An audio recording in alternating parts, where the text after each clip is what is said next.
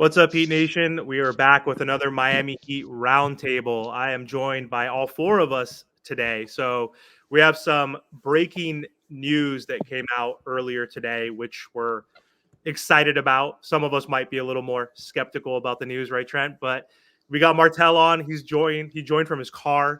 So we're excited to talk about a report that came out today specifically regarding the Charlotte Hornets combo guard Terry Rozier. And he mentioned that if he gets traded, which the Charlotte Hornets are a shit show, and they're going to possibly buy out or trade Gordon Hayward, some other pieces, so they could build around LaMelo and Brandon Miller. They said Terry Rozier might be available, and Jake Fisher of Yahoo Sports asked him, where would you want to play? He said the Miami Heat, man. And, this is another player, not the same caliber as Dame, but this is another player like KD in the past or even Mitchell who have said they wanted to play for the Heat. So wanted to talk to the guys, get your perspective, thoughts on Terry Rozier joining the Heat. I don't know who wants to go first. Trent, you want to start off? Yeah, I'll start off. So, Terry Rozier, I like him. I do like him. He's actually having a career year. When we look at the numbers, looking really, really good. He's averaging 24 points a game, 46% from the field, damn near shooting 37% from the three-point line with 8 attempts a game. So that's pretty high. 7 assists and about 4 rebounds. Now, I will say, and I said this about Kelly Oubre last year, and honestly, he has been proving me wrong. When you're in the Charlotte Hornets, without LaMelo Ball, your numbers are going to look really, really good. There's no one to pass to. Like, yeah, you got Miles Bridges and PJ Washington, but the team's not that really, really good, right? And so look at Kelly Oubre last year. He's averaging like 20 points a game, but his efficiency was terrible. This year he's playing really good with the 76ers. I'm just trying to make a little comparison with it. Yeah. But if we're going to look at a point guard upgrade, and with the reports already coming out that we may not want DeJounte Murray, and we probably won't get him, I don't mind it, Terry Rozier. I honestly rather have him over Murray. That's just personally my opinion. I don't mind it. I will say, though, I know we may not look at the plus minus and stuff like that. I know Ernest brought it up, I believe, our last episode. His last 5 games, his plus minus is -18, -32, -31, -9, and -10.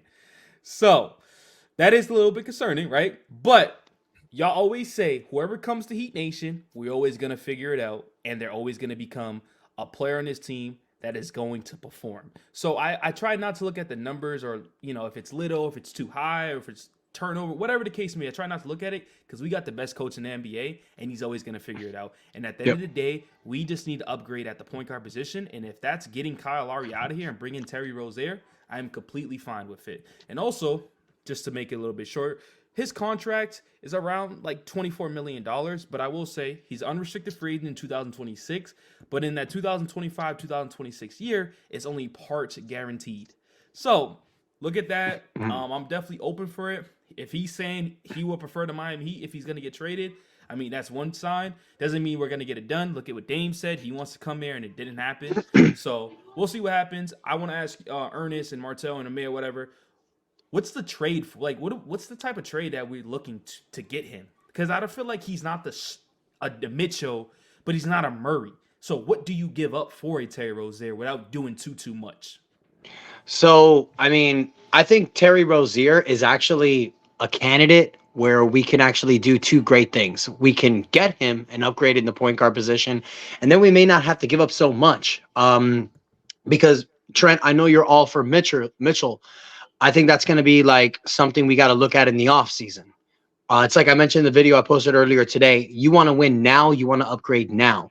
So with Terry Rozier, if we're able to trade for him, I don't think we're going to have to give up as much as we would, say, a Donovan Mitchell or even a DeJounte Murray. What do I mean by much? I'm talking about draft picks. Because if we possibly get Donovan Mitchell, we know what that trade is going to center around. Tyler Hero and multiple first-round draft picks. I think we're all in agreement that we would prefer Donovan Mitchell over Tyler Hero. I love Tyler. I know Trent's not a huge fan, but we all know that we would prefer Donovan Mitchell over Tyler Hero. So if you're trading Terry Rozier, it's because you can throw in a Kyle Lowry and maybe a future first-round draft pick. I don't think you're going to need 2 to 3 first-round draft picks to come here. So you got to kind of finagle the situation. You got to give Charlotte something that's going to benefit them, like an asset. That's going to be one or two things: packaging a first-round draft pick with Kyle Lowry, or the Heat can do a multiplayer trade. You can take Nikola Jovic and Kyle Lowry, trade it for a Terry Rozier, get a contract filler, so that way you don't have to give in a first-round draft pick. I think that's a trade that we could do. Now, if Charlotte won't accept it, F them, whatever. But that's what I'd be willing to give up for him. So I'm curious on what you guys think about that. Can I let me propose a question before I want to hear Martel's perspective too, and I want to talk about Rozier's fit on the team specifically. But so you mentioned this, Ernest, other players in the package, right? So I agree with you. I think a first round pick, Kyle Lowry, and maybe a Jovic as the sweetener, because they are a young team. They want to get some contract off their books that he has 50 million left or whatever it may be. So I don't know if I would want to part with Jovic for a Murray, I think I've said, or even a Rozier. I'm 50-50, right? Yeah. So I'm open-minded because I know Jimmy's getting older, to Trent's point, as he's talked about in the past. Like, we need to build now. So I think one pick, Lowry and Jovic, probably makes sense. If we can get rid of Jovic, then I'm all for that trade.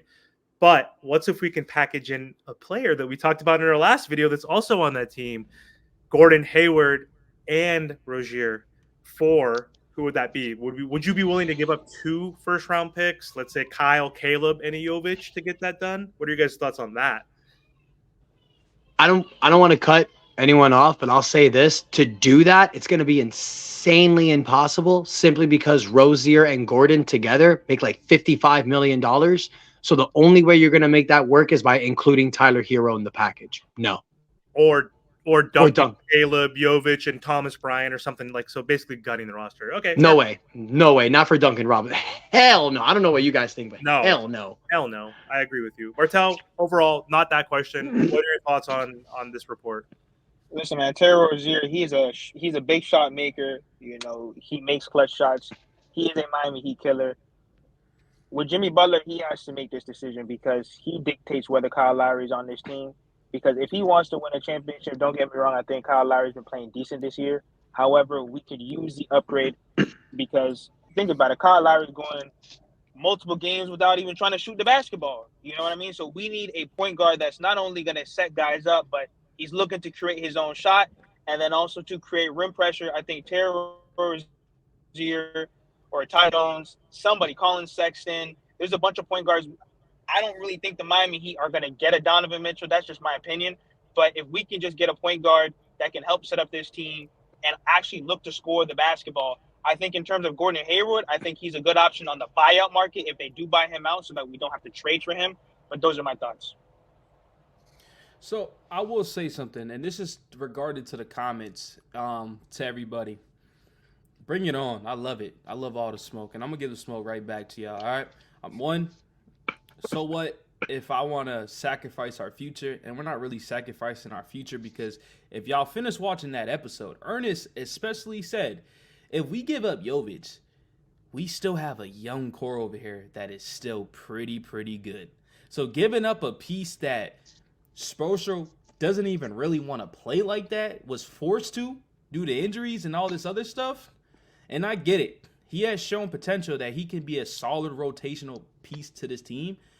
But at the end of the day, y'all care about championships or you care about the future? Yeah, we still going to have a solid future, but right now, y'all are going to be complaining, why didn't we trade for this? Why didn't we trade for that?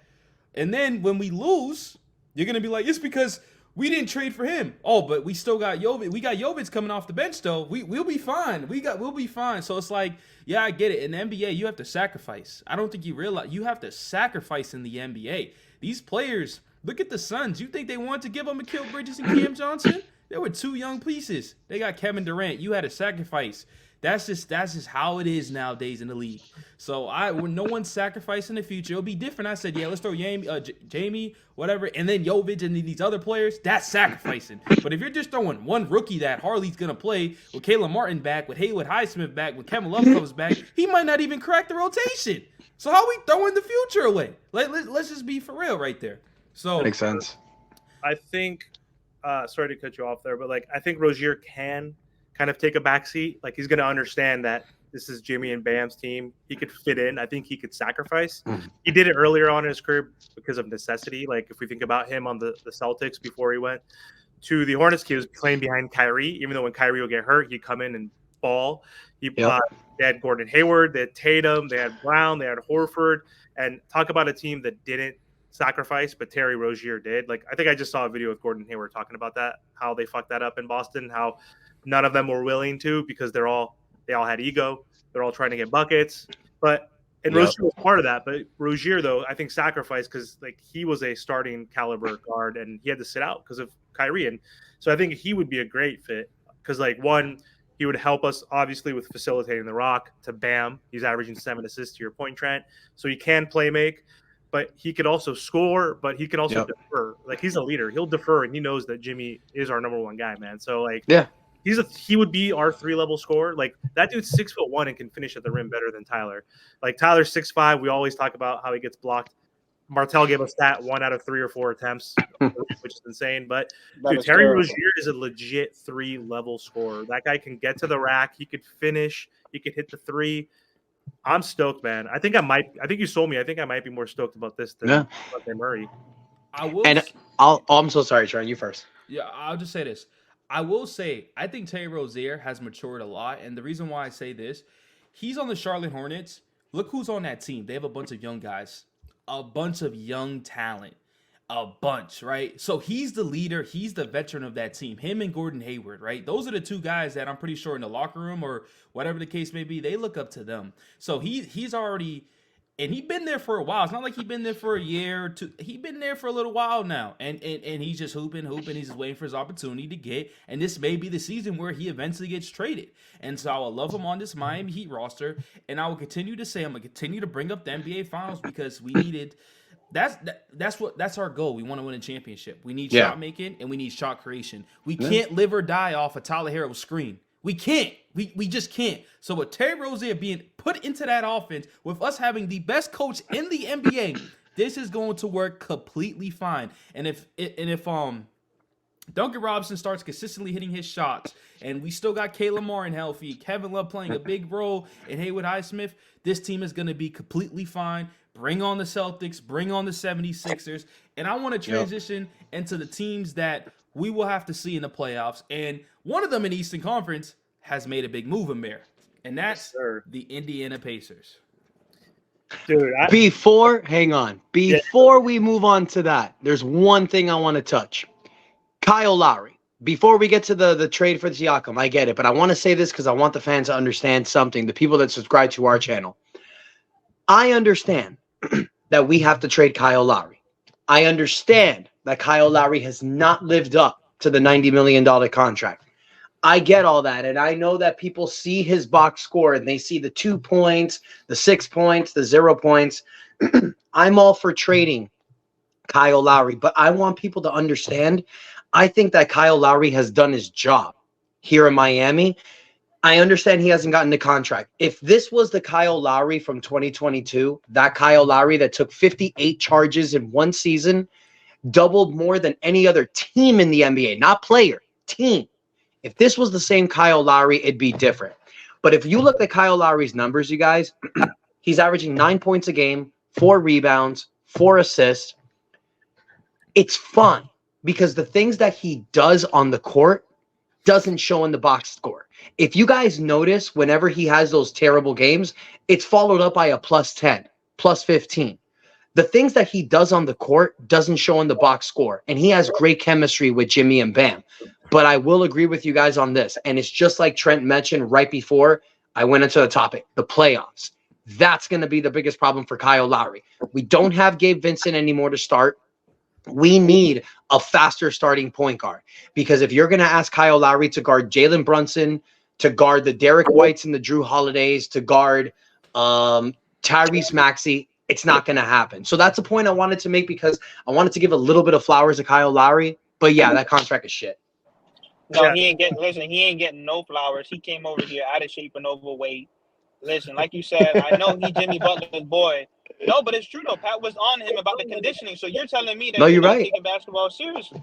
He came over here out of shape and overweight.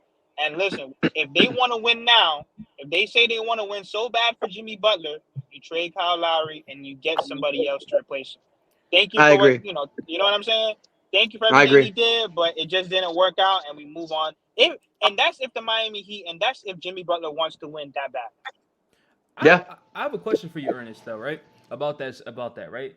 I think that's all good and all, and like you said, it matters in the playoffs. That's when he's probably not gonna do his thing. I think all that stuff is plus minus is good, and I know that's how Kyle Lowry is throughout his NBA career. He does little things that don't show on the stat line, this and that, right? Is that gonna win us a championship? Say if we don't trade for anybody though, like those little things. That's my thing. If we had another point guard, not a point guard, but if we had somebody else, like a different lineup. If you're telling me that the lineup going forward is Tyler Hero and Jaime Jaquez Jr. starting in the backcourt, then my answer would be yes. Yeah, because I think Kyle Lowry is the best backup point guard in the NBA. Absolutely. I would love Kyle Lowry coming off the bench, even at 30 million. Fuck it. I'm sorry. Whatever. It doesn't matter because you're that contract's going away after this season. But with this roster that we have, I know that Spoelstra is going to go to Lowry to start, and I don't think it's going to work. So to answer your question, yeah, if he's coming off the bench, I just don't think we have a good piece to start for him. And look what happened last year. We made it to the finals. We didn't win it, but when we had a guard with Vincent, we made it to the finals. So Yeah. Just get us a Terry Rozier. Yeah. And to your point, Trent, if we have Rozier and Tyler Hero in an NBA Finals against Denver, that gives us way more offensive firepower. So, yeah, I mean, I'm agreeing with you in this point, brother. It's just we all have different opinions. And with Kyle Lowry, I don't know if you guys saw my videos at the beginning of the season. I was going crazy on him, hating him. Why do we have him?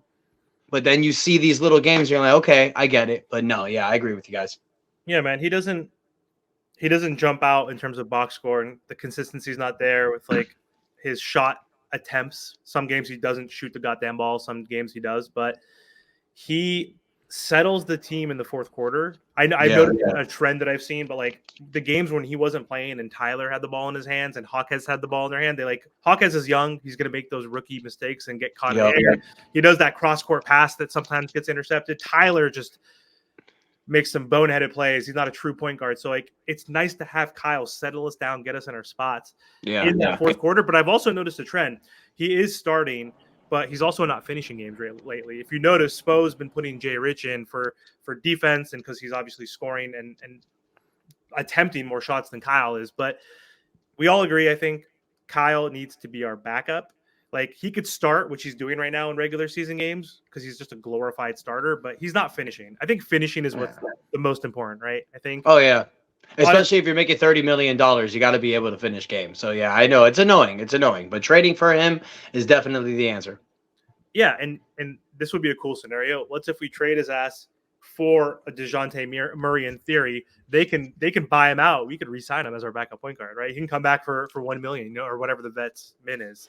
If we trade him, gets bought out, then you can come back and sign anywhere else you want, right? So no, he needs to be traded because he was traded by us. If he's traded, if the team that we trade him to buys him out, then he would have to clear waivers. No team would sign him. Then he could come to Miami. The only way that we could claim his waivers is if we trade him to like Atlanta and then they send him somewhere else and then he gets bought out, I believe. If I'm wrong, guys, correct me, but I remember that was a situation with Dragic a couple of years ago. Yes, you're right. Thank you. This is our in-house Adam Simons over here, our scout right here. Thanks for that. Okay, so got you. Yeah, fuck Kyle Lowry. Fuck Hero, right, Trent? I'm just kidding. I like Hero. We like Hero. Fuck Tyler Hero. Fuck him. Bro, my thing about Tyler Hero, so y'all about to get me on a rant real quick. Hold up. This dude, Tyler Hero.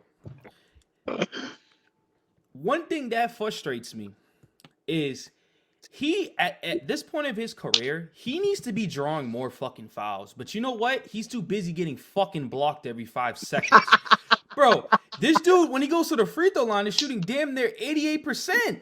Bro, when you look at his free throws, 84, 85, bro, look at his free throw attempts. He's shooting 3. That is unacceptable. What do you think Jimmy Buckets gets all his, bro, he's drawing fouls, going to the free throw line. I just seen a game he went 13 for 14. Look at these star players. They draw fouls, get to the free throw line, and get easy points. Paul George, Kawhi Leonard, James Harden, all star players. Nigga, this is like, what, your 5th season, bro? You having 3 fucking free throws? I played ball my whole life. I go out there right now, nigga, I'm getting at least 7 fucking free throws, bro. Get your fucking weight up, you bum ass. All right, let me just... All right. Yo, real talk. It's the floaters. He avoids contact. And I think, but I think it's because of the ankle injury. He was doing, if you notice since he's been back, every time he goes to the rim, it's a floater. And he does it, bro. What annoys me, I love Tyler Hero. I know I speak up for him, but one thing that annoys me is if you're going to shoot a floater 6 feet away from the basket, hit the fucking backboard. Why are you trying to throw a swish when you're throwing a floater? Just hit the backboard, man. That would infuriate me like crazy. Okay, sorry. But also, how did he get injured? A floater. He did a floater, landed on whoever's foot on Memphis. So that's even danger. He's putting himself. I think. Yeah, I mean, I play ball. A floater, you're in the air. You come down on your feet on a floater, depending how high you get. So I have really bad ankle injuries. I sprain my ankles all the time. So I'm a little bigger body, but I like to use contact. Tyler Hero, if you want to come, I'll teach you to use your contact. Maybe I'll get off your ass. Maybe I will. I don't know. Oh, God. All right, let's switch gears real quick. For real. Trent, no more Tyler hate, baby. Come on. Trent alluded earlier, so Pascal Siakam got traded from the Raptors to the Indiana Pacers. Oh, God. 1 game behind the Heat, right? They're 1 seed behind us.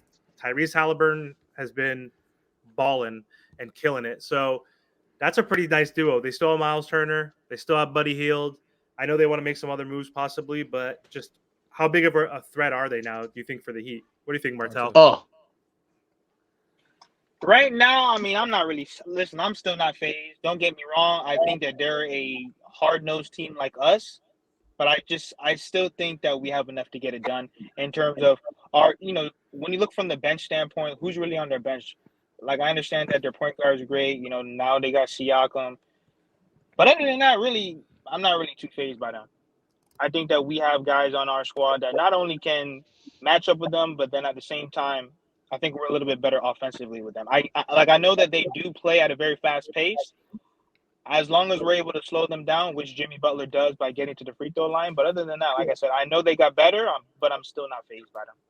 Yeah, I agree. I mean, they got 8 guys that are averaging over double figures. They're a pretty good offensive team. But the playoffs are different, man. Regular season and playoffs are 2 different animals. And Tyrese Halliburton don't got the experience. I know Siakam does. But in the 7-game series, I think Jimmy Butler would torch these guys. I mean, Heat in 5. So, one thing I will say, when we look at the Eastern Conference, let's just go down, right? The Celtics, they made a move. They made a move for Porzingis. The Bucks made a move for Dame. 76ers made a move, right? The Cavaliers didn't make a move. The Heat haven't made a move. The Pacers made a move, and the Knicks made a move. So these are the teams that we are they're playoff teams. These are all playoff teams. The only 2 teams that haven't made a move. It's the Cavaliers and the Heat. I don't see the Cavaliers making a move, and the Miami Heat are in question.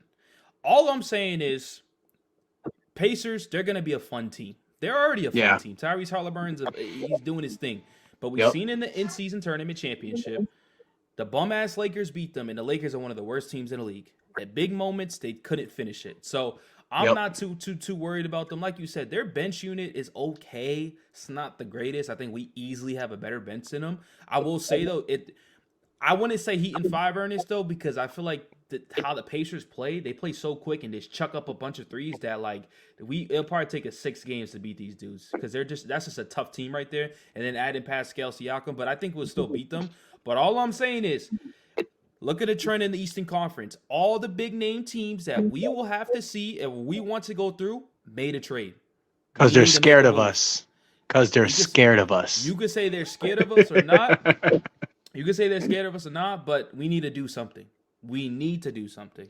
We do. We need to activate Jimmy Butler in the playoffs and shut these mother lovers up.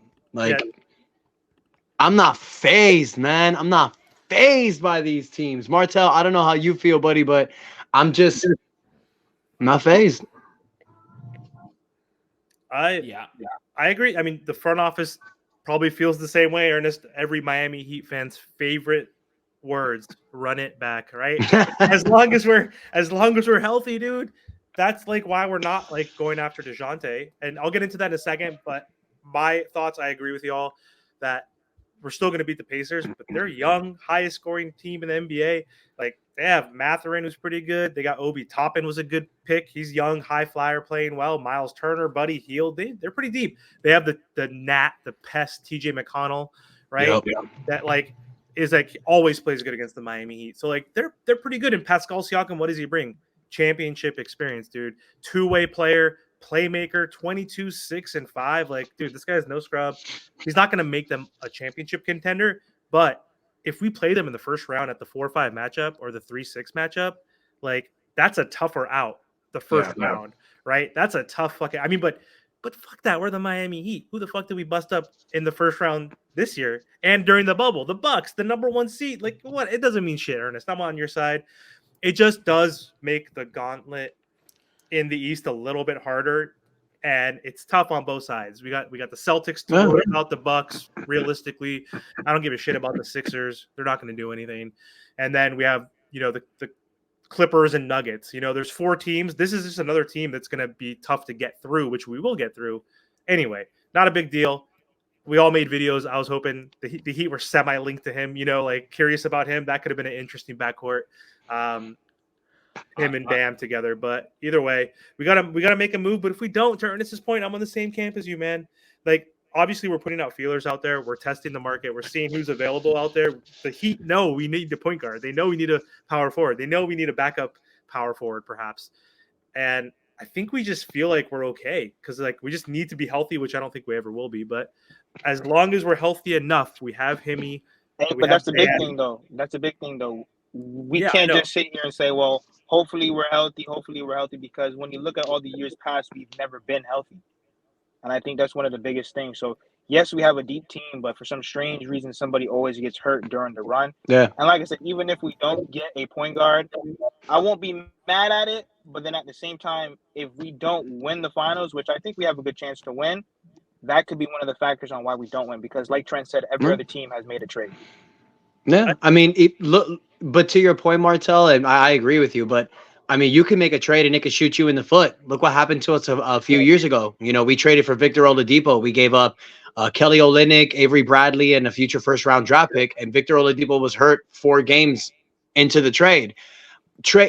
Any like health, man, that's one thing that we really can't talk much about because it's going to be there. If it's there, if it's not, it's not. But in the last 4 years, with an injured roster, and I'm not talking about in the season, in the playoffs, in the last 4 years, the Heat have made 3 Eastern Conference Finals, 2 NBA championships with this roster, and we haven't had Tyler Hero, Jimmy, and Bam fully healthy in a playoff run. Remember, 2020, Bam got hurt. 2022, Tyler got hurt. Last year, Tyler got hurt. We've never seen these 3 guys really have a full go in a playoff, and I know that's one thing you can't predict, but I think that's what the Heat are betting on.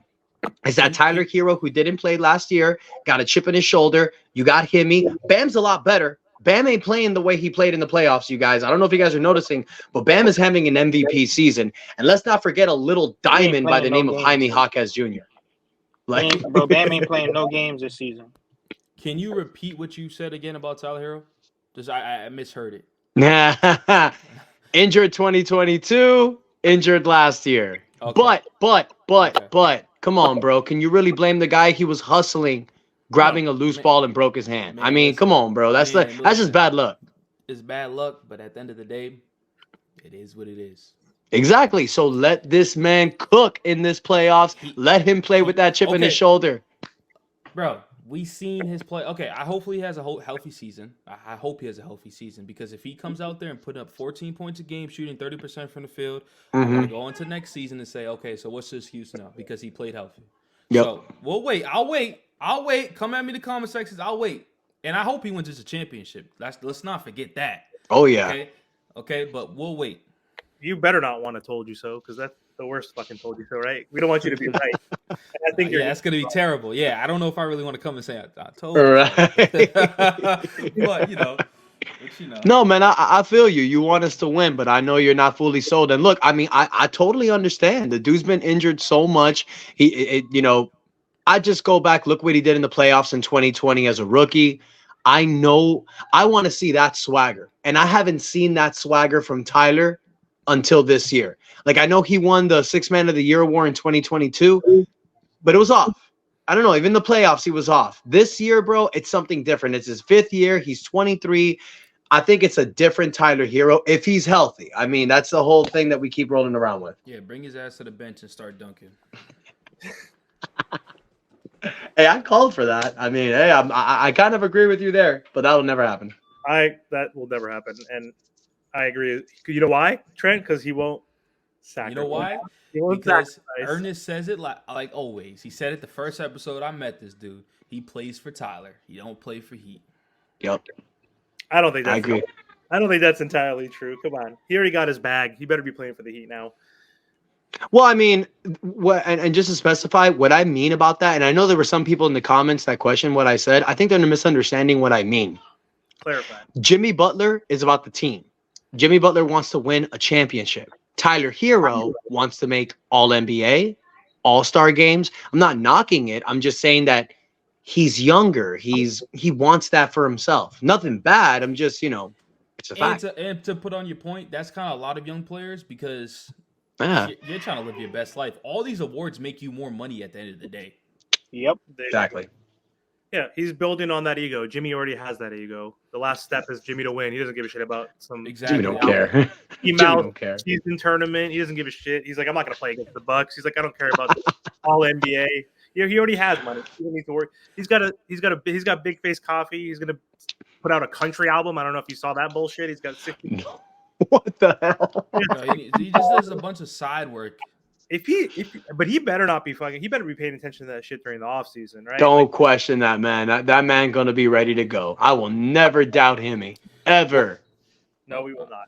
All right, guys. Well, I think that's it for the episode. We have a game tonight. The Heat are actually going to be playing in like 15 minutes against the Raptors. So thank you for trading Pascal Siakam. We better freaking win. If Siakam's not playing tonight now, that's hopefully a win for us. We're 8 games above 500, which is pretty damn good.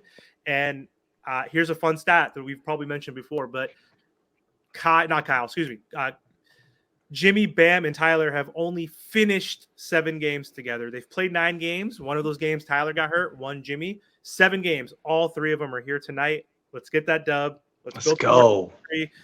And, that's huge. Name one other team of all their – I think Suns are the closest example of where they had all 3 of their stars out, but I feel like they've played more than 7 games together, and they're the 9th seed, right? They're like 2 games above 500. Like any other team that would have missed this many players would be cooked. Right? If LeBron and AD missed 20 games each, they wouldn't be the 10th seed. They would be the last seed in the West. So facts. We got to give this team some kudos, obviously, for staying above water and freaking 8 games above 500. Hopefully 9. That's huge, man. So I'm pumped for tonight. I agree. Hopefully I agree. And yes, if there's any more breaking news, which I'm sure there will be, we got 2.5 weeks left till the trade deadline. So ideally, we're going to come on once a week to do an episode, talk about current state of the Heat, recap injuries, trade rumors, but we might be doing more of these episodes, obviously, because there's a lot of NBA news that's being shared. So, yeah. Really appreciate it, guys. And then before we end, guys, like if you're still watching right now, continue to like, share, comment, subscribe right under all of our channels at Top Notch for Trent, Miami Heat Talk, Team to be Miami Heat, the Miami Heat Network, all of our channels. Go to our channels, like, share, comment, subscribe, and we appreciate all the support. Yeah, big congrats to Amir who had 500 subscribers. Yes, we're definitely gonna start streaming, so y'all go check out for that too. Eventually. But shout out to Amir for getting 500 subs. And my last thing I gotta say, appreciate y'all, even the haters. I love the supporters. I love all y'all. And this is gonna trigger y'all. But Scotty Barnes is about to put the clamps on Tyler Hero tonight. I'm playing. Y'all. I love Tyler. I love the Heat. Let's go Heat Nation, baby. Yes, let's go. Hey, my people, Miami Heat Talk. If you're not subscribed to them, Amir, Miami Heat Network, Martell, Miami Heat Zone Podcast. Guys, go ahead and subscribe to their channel, support them. We're doing this together. We do not compete against each other. We are family based. We doing this together. We're all trying to succeed together, and we need your guys' help. And that's enough said. Thanks, guys. Have a good one. You guys have a good one. Take care.